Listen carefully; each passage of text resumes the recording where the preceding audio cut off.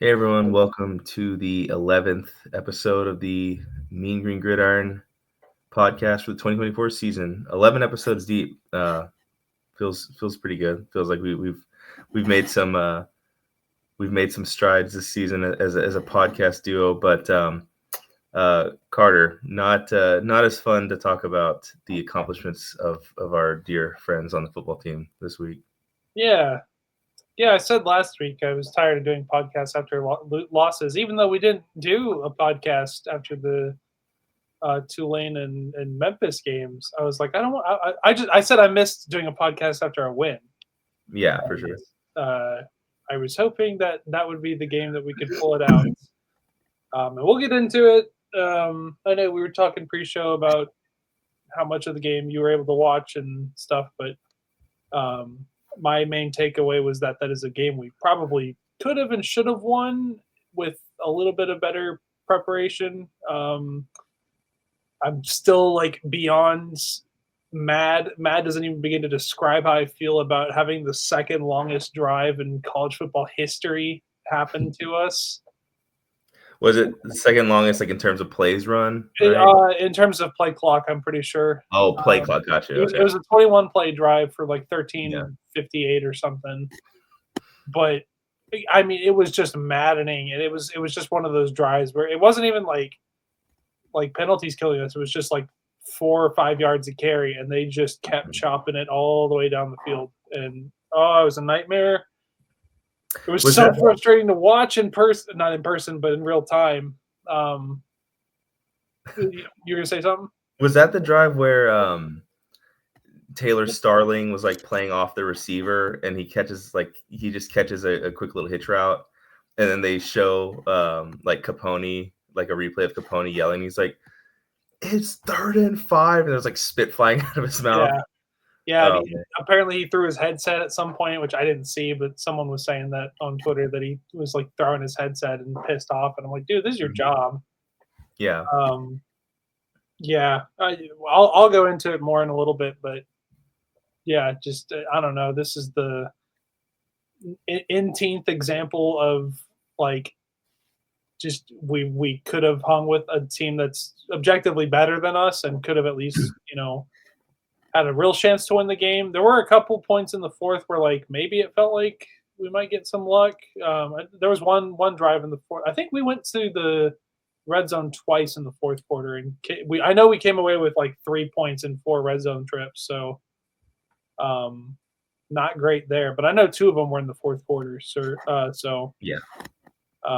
yeah, disappointing. I wish we had won one of the three of the prior games, but on the bright side, we're onwards and upwards to UTSA and a couple games that I think we have a good chance of winning. So Yeah, and I do want to take a second to give Army some credit. I mean, their defense looked legit. oh yeah, oh We yeah, had some success kind of, in between the 20s. I thought we had some solid conversions. I think one thing before I guess I'll finish with Army, complimenting them because again, I think that they looked like the real deal. They definitely look like the best defense we've seen all season.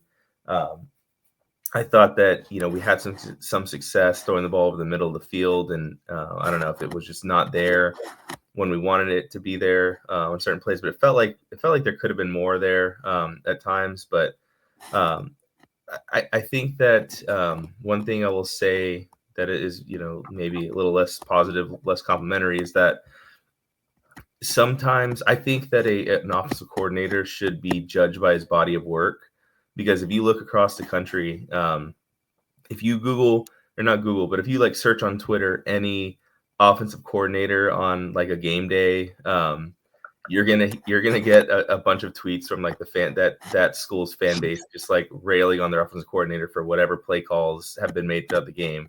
yeah, Like you can look at individual play calls all day long and criticize those in hindsight. Like that's just extremely easy to do. yeah, Which is why I think it's most fair to judge them on their body of work. Where is their offense rank? Where does their points, yards, all that stuff, sure, third down conversion, things like that are really where I think you should be judging offensive coordinators and kind of their quality in all those regards. Eric Morris is a quality play caller. He's a good offensive coach. I think he's good at recruiting guys too, or at getting guys who fit the system.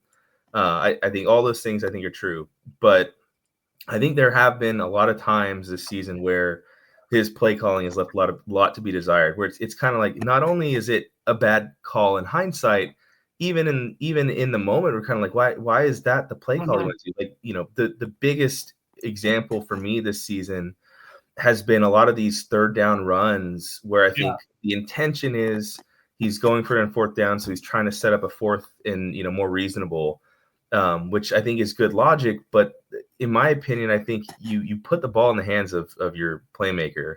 You put the ball in the hands of number 4. Give him 2 opportunities from 3rd and 5 instead of trying to give him like a 4th and 3. Right. And that's where I would take my bets, or take the percentages and let them fall as they may. But again, just I think there were a lot of play calls in this game where even we get down to the 1 yard line, they say McGill's short, it could have been touchdown, we don't know, and then get blown up on. He was in. I'm standing by it. I was so frustrated when that went down. I was like, dude, he crossed the plane. They took a touchdown from us. It's fine.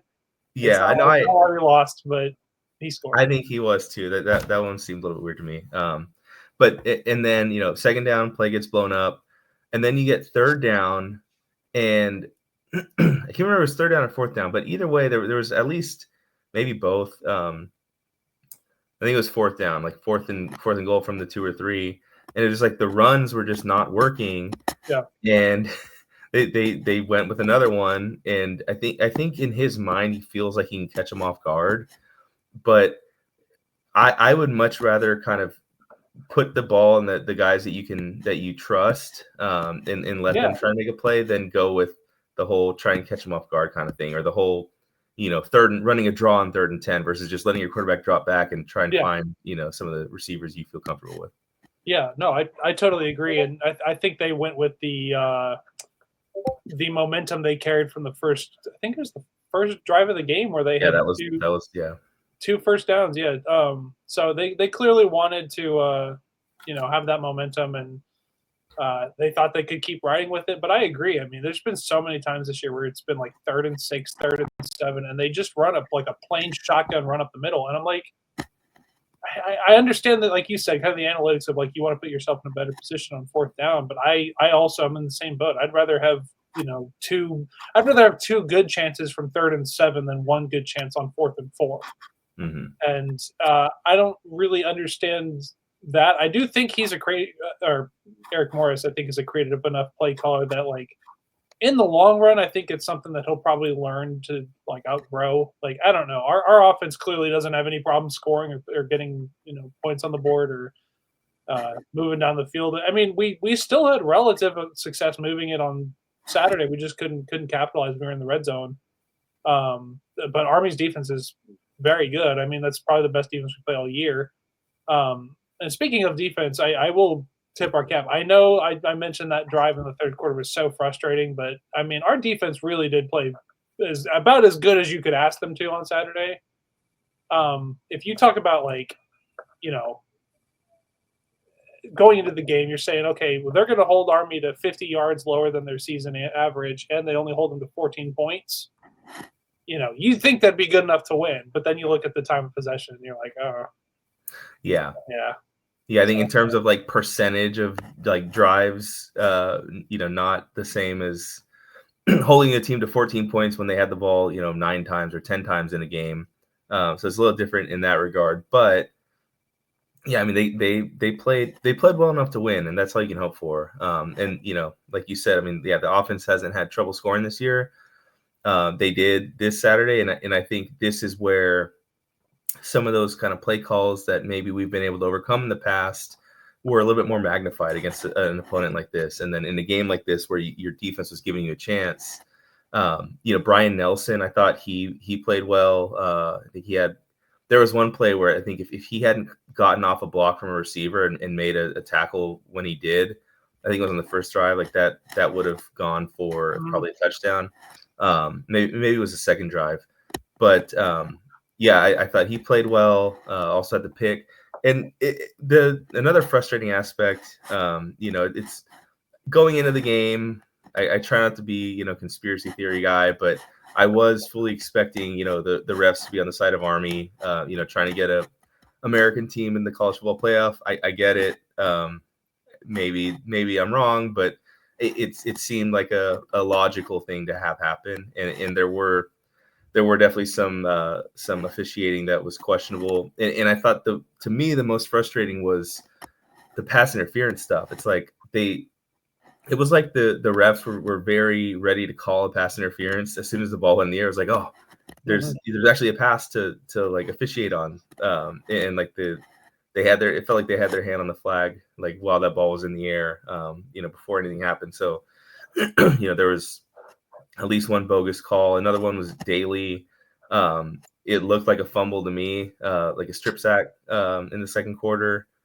Luckily, they didn't get anything out of that drive, but Rod Brown made a sack on, or I don't know if it was Rod Brown. Someone kind of did a strip sack. I think it was Rod Brown. And then he came back and got like an actual sack the next play. But yeah, it was an incomplete pass. I thought it was a fumble. The announcers thought it was a fumble. It was a fumble. Yeah, and that one didn't get called. So yeah, it was just those again talking about the bad play calling situationally getting magnified in a game like that. I thought the officiating for stuff like that was magnified. I think this might be the first time either of us have really complained at length about officiating this year. Like that should tell you how how tough that was in those moments. But yeah, I mean, not much to say beyond that. I mean, it was a frustrating loss. Chandler Morris, I would say probably his worst game of the year. But it was really just he made those bad decisions in the red zone.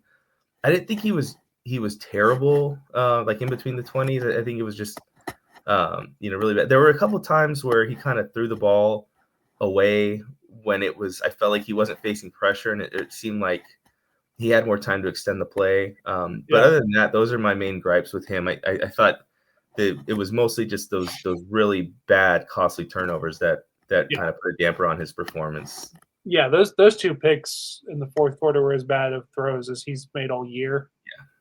Yeah. Hard to fault him considering the position we were put in, but yeah, I don't. I mean, I was very frustrated with some of the officiating on Saturday, and I don't think it contributed to the loss, but there were definitely a couple plays where it's like, man, those you talk about like that fumble, you reward the defense for that, which that was a fumble. I don't like. Mm-hmm. I don't know if there's video of it on Twitter, but that his arm was like a noodle at that point. Like the ball is loose, it's a fumble. Right. You reward the defense for that turnover that they did create, and maybe you get some momentum. And I've talked before about how I kind of believe in momentum as a real thing when it comes to sports. I mean, I don't believe it's like a tangible actual thing, but if you create some energy and get the team pumped up, who knows what's capable of going down. Yeah. So it's real. I don't care what anybody says. Yeah, it's real, but it's not, but it is. Right, exactly. And yeah, I mean, just there were a couple plays like that. Like I don't understand how they didn't call that McGill touchdown a touchdown. They I don't know. There was just some bad officiating on Saturday, and it didn't help that the offense kind of stalled out a couple times that it really didn't need to. There were multiple points in the game, like you said, that pick that Army threw.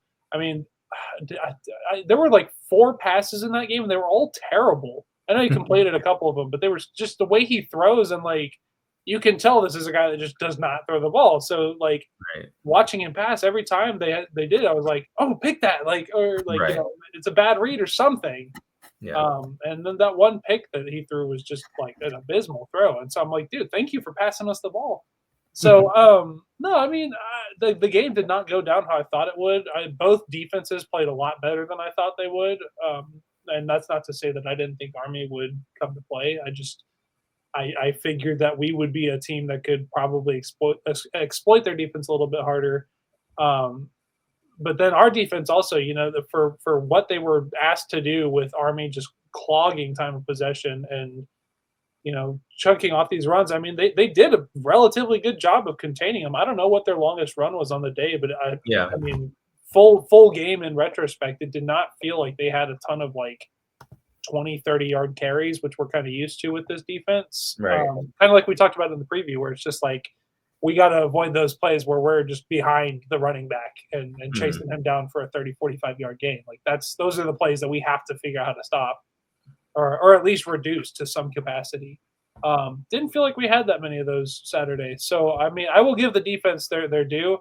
I think Army is averaging like 340 a game. We held them to 290 on the ground. So, that's obviously like 300 rushing yards isn't, a great stat, but they don't pass the ball. So you eliminate that one drive in the third quarter. I mean, it's a pretty great performance.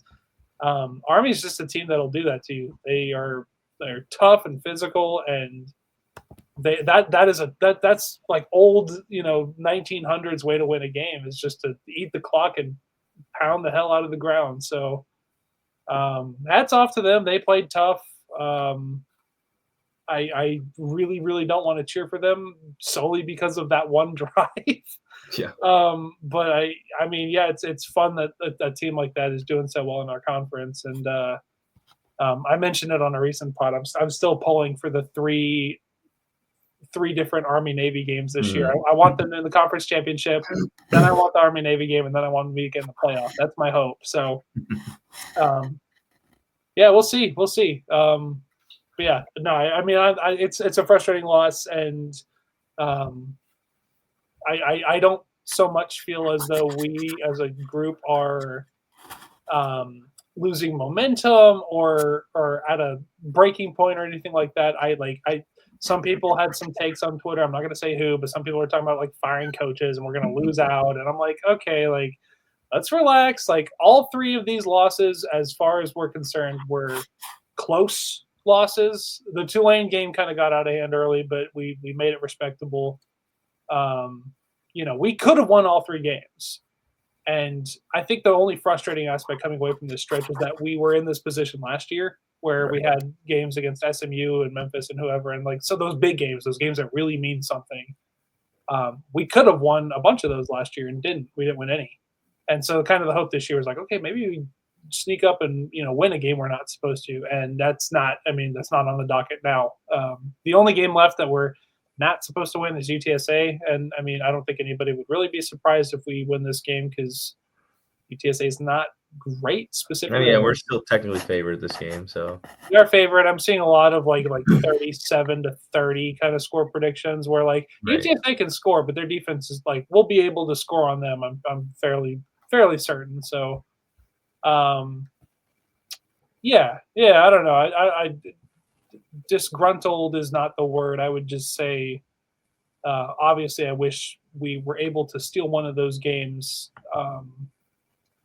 But I'm kind of same boat I was in before, where it's just like you're talking about like firing coordinators and firing coaches. It's like you got to write out the season, but as for what Capone gets paid and all this conversation we've been having about his job, like to his credit, the defense was not why we lost Saturday. I mean, even with that stupid 13-minute drive, 20 plays, like we had chances to score and didn't. So it comes down to Army's defense just shut our offense down. And for a team that scores 40 points a game like we do and 500 yards a game, we didn't get that on Saturday. And even just a fraction of that would have been enough to win. But you get held to 3 points. It's just got to find better ways to score. Got to find better ways to keep drives alive. We talked about the momentum killing runs on third down, and it was probably the weakest Chandler Morris has looked at least in a little while. So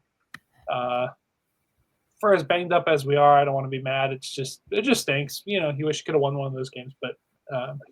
Like I said, I'm trying to keep my mentality onwards and upwards. We got 3 games left, and I believe we can win all 3 of them. So. Yeah. You want a little bit of a hot take here? Sure. Lay it on me. I think that I'm hoping that the defense carries forward some momentum that I think they built up this week. Yeah. My hot take is that I think that I don't even know if this is a hot take, which is like just observation, but I think that our defense, I think Capone's defense is more set up for UTSA's offense than just about like most offenses on our schedule, like in the American. Adam, when he was in here talking, so I guess the hot take is that I think that we're going to have another good defensive performance. Sure. Could just completely blow up my face. There's the short week aspect of it where we only have 5 days to prepare, whereas UTSA had a bye week last week, and they don't have to travel to San Antonio like we do. So there's a little bit of that kind of going against us. But watching the game last year, I thought that they had there were when UTSA had some of their success against us last year, it was kind of like what we'd seen a lot last year, where it was like just missed tackles, like very blatant bad missed tackles. But I thought that we looked, other than just the missed tackles and some like big broken runs, that I thought the defense was mostly in position to make the play. Also, real quick, I don't want to interrupt you, but I'm going to forget about this. The tackling on Saturday was good. We tackled well against Army. Like, guys were wrapping up, and they looked like that had been something they'd been focusing on. Like, the tackling was an improvement on Saturday. For sure. Like, hats off. So, yeah. Yeah, and there were some, like, clutch tackles, too. Like, tackles where one guy could make the play. Like I was talking about Nelson earlier, and there were some other plays. I think it was like Jalen Smith had one where, like, if that one guy doesn't make the tackle, that guy could have gone for another 20 or so. But like that guy made the tackle, and that's very contrary to what we'd seen a lot in years past. But anyways, last year I thought that when we played UTSA, we held Frank Harris to 13 out of 25 for 134 yards. So I thought we looked again like our defense was more built for kind of what they want to do. Now the problem is I don't think we had the personnel to stop the run game even when we were in position. But I think right now, we've got Evan Jackson and Jaden Hill back healthy at safety. I thought that was a big help this week. I think we have the guys this year to make those tackles and to not give up these like big runs that UTSA had last year. And then similarly, I don't think UTSA has the personnel that they had last year. Last year, I think, Kavorian Barnes, I think he's hurt right now. He was the guy who kind of killed us. I don't know if he's hurt or not playing as much lately. I don't know. But he's not their leading rush right now is Robert Henry, who's averaging 3.8 yards per carry. Barnes is averaging 3. Brandon High is averaging 5.9. But they're not a very explosive offense. Owen McCown is a really good looking young quarterback. 20 touchdowns, 4 interceptions this year, but he hasn't been as explosive. And I think part of that is I don't think he's as much of a downfield passer as some of the more established quarterbacks in this conference, like a Hennigan or Morris. But he's also they just don't have the talent at receiver that they've had in years past, where like the past few years, it's like you look at UTSA and they always had someone like Cephas or Zachary Franklin, who was just like 1,000 yards, caliber receiver. They don't have that this year. This year, their leading receiver is Chris Carpenter, who is a senior, and coming into the season, he had like 150 yards in his career. Like he's stepped up and been, a solid receiver for them, but he's not like the big play waiting to happen like some of these other guys they've had in the past years. Like I think UTSA has a good offense. I think they're going to put up some points against us. They're going to be tough. But again, I think that we match up well with what they want to do. And Adam, when he was on with us a couple weeks ago, like he talked about how, Eric Morris hired Capone because Capone, he felt like Capone was hard to coach against. And he was hiring from that standpoint of like, oh, this is a coach who's hard to coach against. I want him on my side. In giving my opponents fits to game plan for. But the caveat there was that the teams in our conference don't run that type of air raid, and neither does UTSA. But again, I think that this UTSA offense, where they're a little bit more spread out, and we can kind of play sideline to sideline with them more than kind of in the box, in between the tackles, or in these one-on-one kind of situations. Like I think that we match up well against their offense. And then defensively, like they've really struggled in the secondary lately. They've given up some big time. Cooper Lagas threw for 5 touchdowns against Tulsa. The ECU quarterback had a big game against them, the one who's now been benched. So I think that this should be another good Chandler Morris game. Miles Coleman's really coming on, so I do feel really good about the game. That the biggest thing, the hesitancy, the 2 biggest reasons for hesitancy for me this week is, one, you're playing the factor that I mentioned earlier. You're playing on a short week. They just had a bye. You're going to their place. It kind of got screwed a little bit there. And then 2, it's just UTSA, like the Alamo Dome has just been a nightmare, just house of horrors for us.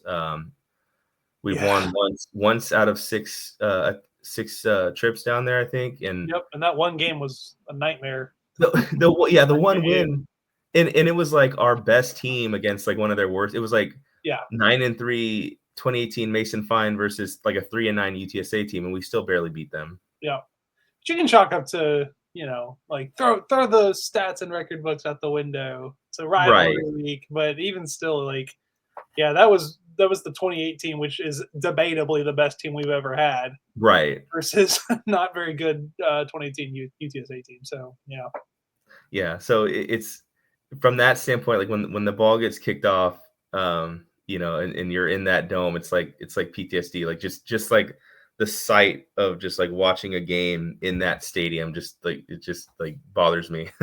And even that, the worst loss to me was 2022, the first, when the one where we thought we had them stopped on 4th down and Phil Bennett like ran on the field and then they reviewed it or whatever and he got it, and then Cardenas one-handed snagged us over the middle, and then that was just that was the toughest one to stomach because it felt like we outplayed them that game. Yeah, for sure. But I mean, we'll see what are some of the things you're kind of looking at this week, this matchup in particular. Yeah, UTSA has been a weird team to kind of gauge so far this year. Like I said, just on the surface, they have an offense who can score. I think Owen McCown is more of what you'd call like kind of like a projects kind of QB, where he's kind of he's a transfer guy that's where do you come from? He came from Colorado. Colorado, yeah. He's bounced around and he's had success this year, but same thing. I think he's better as like a kind of a short game passer. This feels like a great opportunity for our secondary to step up. You mentioned that the team might, just go coming off of that loss and going to San Antonio, maybe, whatever. I feel like this is kind of like a chance for them to play pissed off. Like, absolutely, this is a team, like, I'm not saying can't take any opponent for granted for sure, especially not now. But this is a team that we're better than. UTSA is not as good as we are on, I don't think, either side of the ball. Their defense is probably maybe a little bit better. Or I'm sorry, their offense is – no, sorry. No, never mind. I don't know with that. No, their defense is terrible. Our offense is better than their offense, and I guess you could say both defenses are just bad. But, I was definitely wrong on the Army score prediction where I thought it would be, like 35-32 or something. Like, I thought both offenses would be able to just kind of dictate that game, and it was the defenses that dictated. I don't think I'll be wrong in this game. The offense is dictated to a degree with the time of possession. I think True. We weren't accounting for that. Neither of us were. No, of course. I just mean that both defenses on Saturday played better than I thought they would, and had more of a more of a takeaway from the game than I expected. Like, I was not expecting to be like, oh, we held Army to 14 points and lost. Like, that's not what I was expecting to be the takeaway here. So I don't think I'll be wrong on this one. I know we're really do score predictions at the end, so I won't say my score prediction yet, but I do think it'll be probably a lot of points in this game. I've seen a lot of kind of, like I said earlier, I like most of doing like my preview for this game, I've seen like 37-30, 35-29 kind of stuff. That's kind of what I think is most realistic here. This is, again, just one of those weird kind of rivalry games where, like, even in the last couple of years, you talk about the 2018 game, like, we've played their really good teams well. We beat them in 2021, obviously. They can say it was a meaningless game. It wasn't. You know that they wanted to go 12-0. You can't convince me that they just threw the talent against us. I know there was weird weather that game. Whatever. We still beat them. We ended their undefeated regular season. You can't tell me that doesn't matter. Both games against them in the last Luttrell year were winnable. Last year's game was winnable. Yeah, I mean, I don't know how much stock you can put into like those like nothing else matters when it's a rivalry, but this just kind of feels like one of those games like every year it's competitive, except for the one year we kicked their butt in 2021, and that was kind of a anomaly game, I guess. But yeah, I don't know. I like as far as UTSA as an opponent goes. I mean, they did upset Memphis, but Memphis is a weird team at this point, and I don't know. UTSA just hasn't put together a resume that really scares me. McCown's talented, and we faced talented QBs this year, and handled them just fine for the most part. So I don't know. I think that this will be a fun game with competitive offense on both sides of the ball. Will be fun, but I do think the offense is going to lead mostly of how this game goes. So I'll say. I don't know. I'll say I'll keep my score prediction for the end. But yeah, as far as UTSA goes, I mean McCown's really the only like piece that I'm worried about. They don't have any, like you said, kind of skill players that stand out to me like recent years, and they don't have like Frank Harris devil magic to, carry them to some demon-led victory like they have had for the last 3-4 years, where they just kind of keep seeming to. They're one of those teams that always just seems to like evade any sort of like real adversity. Yeah. And it's like this year they finally have faced some, and they've even gotten blown out a couple times this year. So, yeah, I'm confident. I think that we'll play pissed off, and I think this is a good chance to. I'm going to jump in your boat too. I'm going to say that we have a good defensive game. I still think they'll be able to put up some points on us, but I think, kind of like I said with the Army game, if you tell me right now that we hold UTSA to like 23, I'll take that. Yeah. That's a win. So. Yeah, and one thing I will say, when you talk about the devil magic on their side, I mean, they are undefeated at home this year. They're 4-0, including that pretty improbable win against Memphis their last game a couple Saturdays ago. So it is tough. Like I said, it's just in that Alamo Dome. I mean, I hate to give them credit for anything, but I do think it is a pretty tough environment to play in. Just historically, they get a lot of people. It's kind of one of those towns where there's no pro team, and there's like a big population. It's San Antonio is probably one of the bigger cities in the country that doesn't have an NFL team. So they have that kind of organic fan base to pull from, even the people who didn't go to that school, to get behind the city, like the team that kind of has the city's name on their chest. So like that, having that going for them, I think has made it a pretty good home environment for them. So that does kind of concern me a little bit. The Memphis. I mean, I still can't believe Memphis lost to them, but they were moving the ball at will on Memphis. I watched like half that game. Like, that was Memphis's defense didn't do anything to stop them. So and not just that, but they also had just lost like a couple key players. Like Cardenas went down for the season, and one of their safeties is like I don't know how they keep all these guys for so long, like in the NIL transfer portal era. Like, obviously Frank Harris was there for 12 seasons, and all these other guys have been there for like 6 years.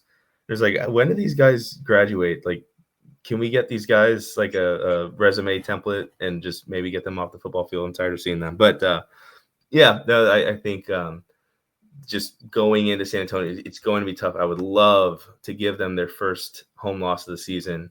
Right. And not only that, but if we beat them, that'll be their 6th loss. And then they get Temple next week and then Army after that. So there's a good chance that if we beat them, we basically knock them out of bowl contention this year, which, oh man, that would be great to. I know Army would technically be the team to do that, but No, we take credit for that. Absolutely. Yeah, for sure. That's ours. I did note in my notes, kind of like while I was kind of researching their defense, they have a weird defensive stat where like you go through the games and their scores are all like they give up 20, 30, 40, 50 points every week. Like their defense allows scores. Hmm. They're a top 25 defense in third downs stopped, which is interesting. I like That that's is, yeah. and kind of going back to that subject we were talking about earlier, where like we tend to get cute on third downs. I think that's going to be like something key this week. Where like we've got to establish some sort of like mobility on the ground Mhm. and be able to not put ourselves in a spot where it's like consistently like 3rd and 8 Yeah. and we're just trying to get because we're going to go for it on 4th down a lot. It's just what we do. But I don't know if that's specifically something they're scheming up because they allow a lot of yards a game and their points per game allowed too is like I don't know the exact number, but it's heavy. Um, again, you just go through their schedule. They gave up 36 to Memphis. They gave up 56 to Texas, 45 something to Texas State. Like they get scored on, but Right. for whatever reason, they just seem to have success on 3rd down. Um, Yeah. so yeah, that's just that's something that we can't get cute on Saturday. We gotta establish a game plan that doesn't put us in a bind where we're able to get at least a little bit creative on 3rd down and keep them on their toes a little bit. So that Yeah. that killed Memphis, by the way, in their game. That's probably a huge reason why they lost. They went 4 of 13 on 3rd down and 0 of 4 on 4th. So Wow. yeah, Yeah. I guess that's how you lose when you throw for 452 yards. I think they had that yep, game. yep. They had 516 yards of offense and 36 points, and they lost Yep. Yeah. to That'll a do to it. a 4-4 team, which is just like just weird. I don't know. That was definitely a surprise for sure. Yeah. But no, that's a really good point you brought up about 3rd down. I mean, that's kind of been one of our Achilles heels offensively. We're 79th in the country in 3rd down conversion percentage. So kind of I guess a strength on weakness there area going in their favor, which hopefully we can kind of reverse that trend. But yeah, I mean, getting cute on 3rd down is one thing, but also just like, can we please establish some kind of running game on 1st and 2nd down? Because it's still being problematic, especially in the first half where we're just really having trouble establishing the run. Yeah. I don't know that I expect it to change a ton. I'm thinking we're going to hit them up more in the passing game again this week. But either way, like just put points on the board. Like don't and please finish drives. Like that's Yeah. that might be where this game really gets won or lost is like who can convert in the red zone, because I think both teams are going to be able to move the ball in between the 20s, but really like who can execute in the red zone is probably going to be what this game gets decided by. This Especially feels like one of those games where you got to get points every drive. Like, yeah, and Army was kind of the same way, where like if you come away with a field goal on a couple of those red zone trips, like it's a much different story. yeah, So yeah, definitely. This is. I mean, obviously you want to score every drive, every game, but um, hmm yeah, this is not a game where you can leave points on the table for sure. Anything else you want to go over before we give our score predictions? No, you talked about the crowd. I mean, I don't. I Oh don't yeah, know if I necessarily like worry about that so much just because we've been able to play fine in their dome. It just doesn't seem like a place where we're able to win. right. But I mean, I don't know. They do get some good crowds. They got an invested city behind them, but I don't know. There'll be a lot of UNT fans there, and I'm not stressed. It doesn't feel like a big like road environment to me. I don't. This sounds so like arrogant. I don't know. I don't. Whenever I watch our road games against UTSA, I'm not like I don't know, not phased.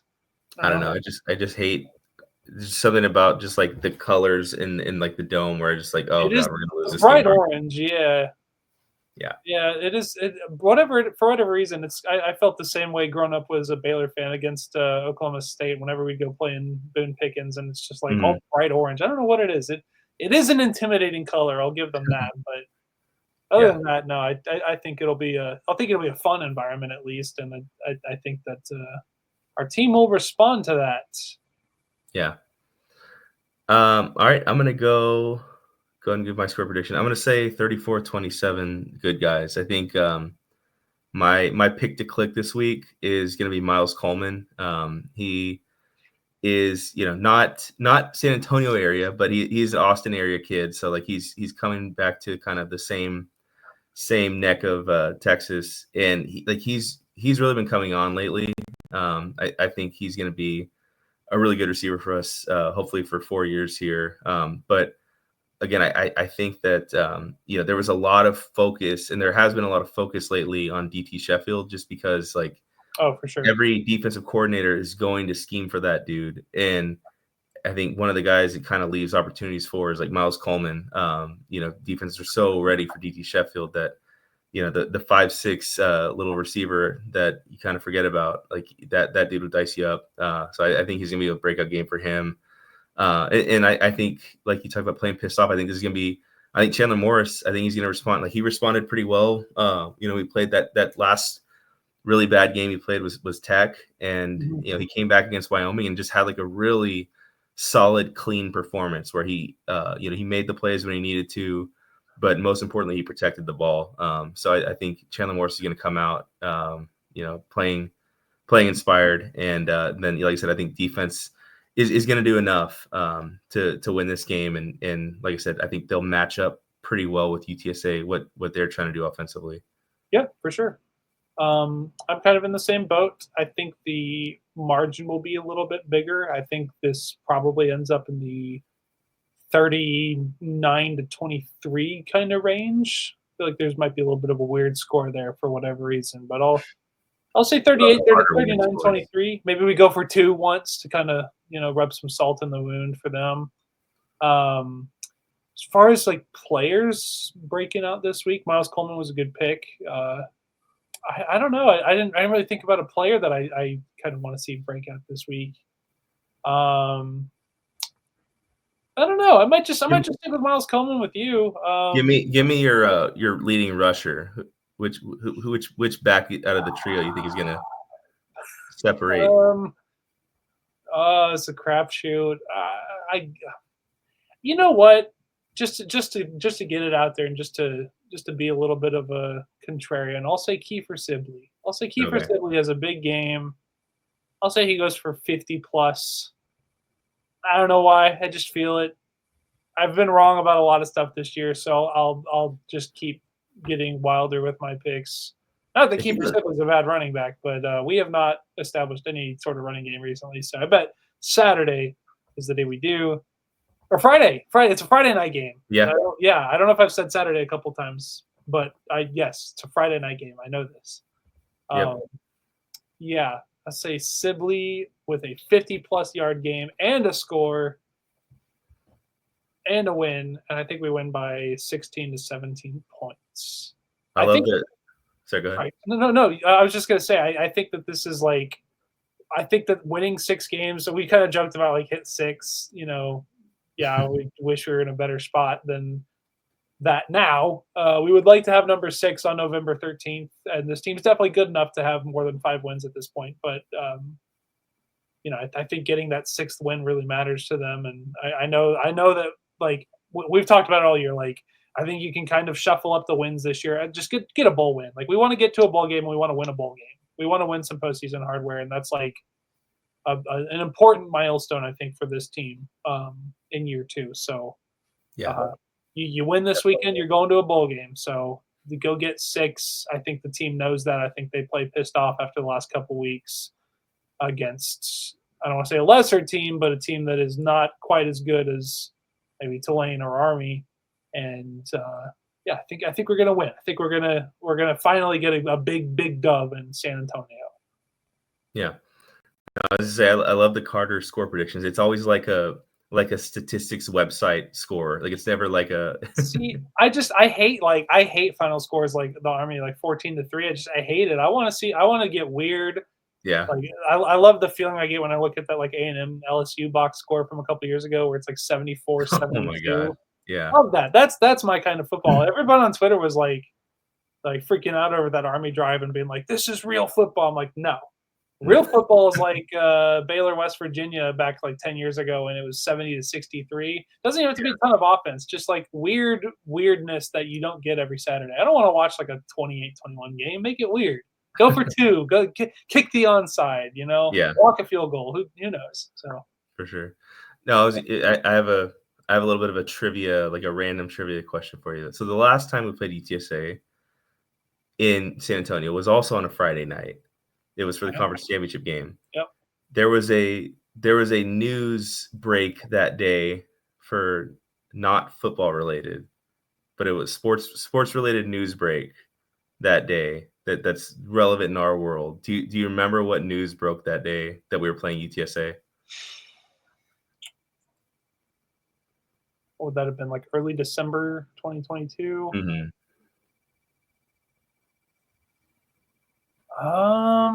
What was big around then? I don't remember like news like that. I'll give you a hint. It was baseball. Baseball? Oh, was that DeGrom Day? Yep.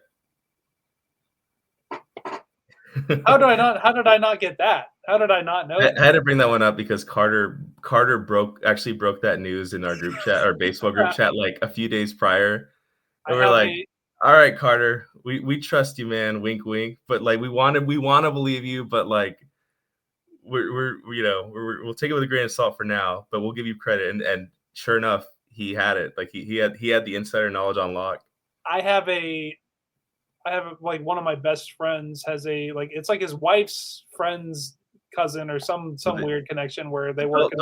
Don't burn your source, man. No. I got that wrong. It's somebody I don't know, but I don't even know if they still work there. But he's always kind of been like, yeah, I can't tell you, I can't, I've always been like, you got to let me know like who we're signing and whatever. And that night that we got DeGrom, he was like, I can't tell you what's going on.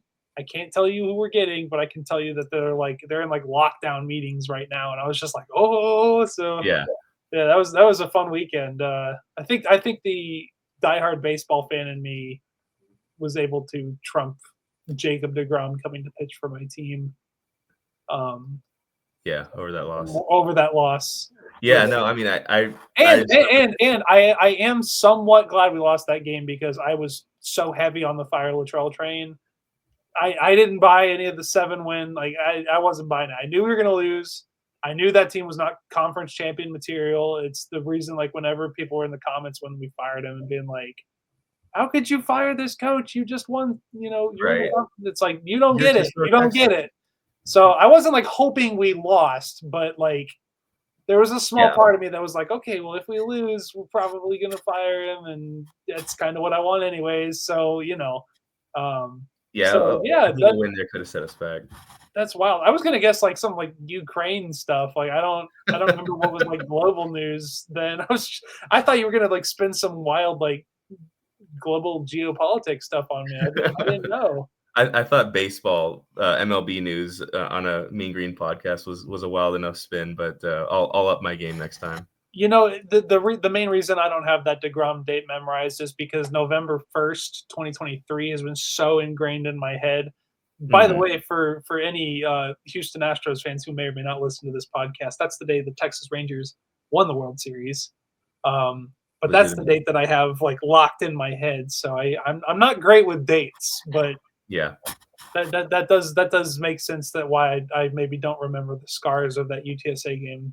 No, I just remember like being so locked in for that game. Like, all right, I get to watch my team play a conference championship game, and then like the ticker, like on the bottom was like showing the DeGrom news. I was like, whoa! Like, grabbed my phone and like went on Twitter. Like, I was like, am I really seeing this? And then everyone was like, Carter called it.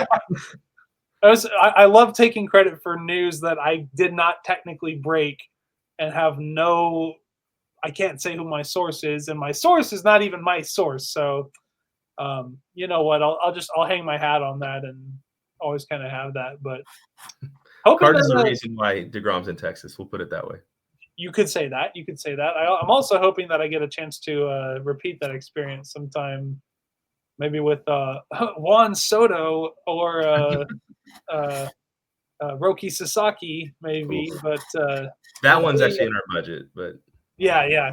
True. We got TV deals and whatnot. By the way, real quick, I just want to say one more thing. This is so stupid, but I am so grateful to be in a conference where I can watch our games again. Like, yeah, it's been so not like I've only been a fan since 2017. So for the last like half decade, I've had to go on Facebook and like sign into like different like ESPN pluses and like I have the it starts with a B. BN Sports that we were on Mhm. for a while in Conference USA. I have their app on my TV, and my friends are always like, what the hell is BN Sports?" Like nobody knows those networks, and it's so nice. It is so nice that every Saturday I can be like, "Hey, my team's playing a meaningful football game on a Saturday, and it's on ESPN." Like Right. you can watch. Like I'll text my friends who are like A&M friends or like Texas fans or whatever. I'll be like, "Hey, like when y'all are on commercial, flip over to us," and like they'll Yeah. like watch us for a couple minutes. It's been fun. So I'm not taking that for granted at all, which I know sounds so silly. It's like you get to watch your college football team, but like, yeah, no, I have like I struggled to watch our games for the last 7 years. I know a lot of people did. So yeah. Yep. And if you made it through all this talk, I remorsefully I forgot to bring up the UNT basketball team today. Men's basketball team Yes. went into Minnesota, got a huge dub against a Big Ten opponent. We own the Big Ten. We own. I mean, we're basically Big Ten champs at this point. Yes. We beat So who we could beat Purdue, Wisconsin, and Minnesota. That's not a lousy stretch of Big Ten teams, by the way. no, those are like two of their blue bloods, and then Minnesota, who's typically like a middle of the pack, not even like a bottom feeder. So yeah, Yeah, big win. Well, we got to do some basketball pods because, like, in terms of like X's and O's and like scheming and stuff, I understand basketball so much more than I understand football. My football knowledge is like how much I play NCAA on PS5, and I'm like, why don't we run this play more? And then I'll watch like the defensive formation we go into and be like, oh, that's 3-3-5. I run that sometimes. Like with basketball, I'm like, okay, I understand like the positions. I understand positionless basketball. Like it makes so much more sense to be like kind of drawn out on the floor. So if you want like way more like analytical, in-depth talk, I can do some hoops talk. So we got to do a basketball pod. Plus the team's so fun. yeah. And you're 6'4", so And I am 6'4", so I do, by default play basketball, which is true, sadly. But yeah, for about 10 more years, and then my knees give out. So don't worry, man. If you can make it that long, you should be proud of yourself. But all right, well, if you listen this long, again, thank you very much, and go Mean Green. Go Mean Green. Let's beat UTSA. Fuck UTSA.